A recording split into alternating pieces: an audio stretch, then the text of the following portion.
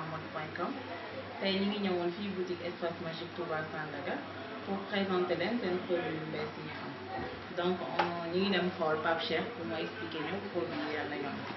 Pape Cheikh ça va? Ça va ñu ngi nii rek. bien merci. tey waa diaspora-mode.com ñoo la seet si woon. waaw pour ngeen présenter ñu seen produit yi ngeen am. waaw Nature Prod boutique. Espace Magique Sourire. ñu ngi yëngatu ci lépp loo xamante ne moom day améliorer dund bi. gën a dëgëral bien-être am. comme par exemple bu dee ñaari produit yi. mooy ginseng au thé teewoo ginseng la bii ginseng avec gelée royale. teewoo ginseng moom ginseng avec gelée ñoo bokk ay vertu dafa baax ci ay femmes ménopausées bu fait de chaleur yi ñu leen def. baax na ci stress fatigue générale day stimuler sa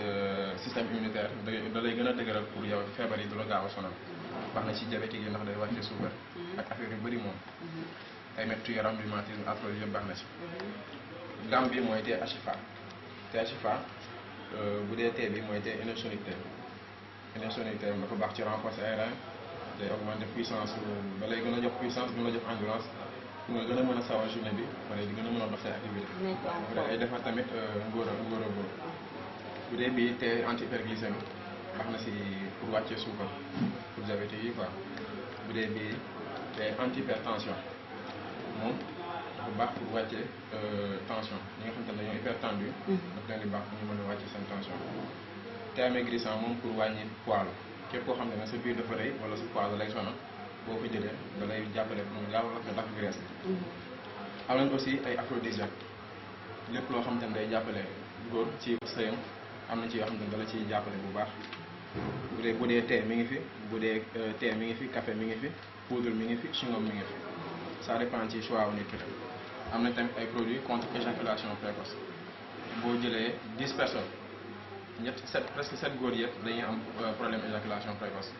te lii nii baax na trop day tax ñu gën a am contrôle seen bopp pour gën a mën a duraloo seen i rapport bu fekkente ne affaire bu blanchiment des dents mooy service yi nga xam ne dañ koy offrir fii am nañ ci ay kit de blanchiment yoo xam te ne pour képp koo xam ne da nga bëgg pour blanchir sa dent nga yóbbu ko sa kër mën nga ko defal sa bopp bu fekkente ne nag da nga bëgg a tamit toog fii sur place mën nañ la ko defal mais ak met bi ñu la koy defal fii moo gën a fort tamit. am nañ aussi ay produits yoo xamante ne baax na ci hémorroïde comme crème bi à base de beurre de karité et d'extrait de plante médicinale moom dafa baax ci lépp loo xamante ne ay hémorroïde externe hémorroïde interne dermatose ndoxam siti ñu koy woowee fii ndoxam siti baax na ci affaire yu bëri daal bu dee lu interne la nekk si biir yaram bi da nga koy jël boole foofu lu temps nga naan mais bu dee lu externe la da nga koy diw sa yaram rek comme ay mettu yaram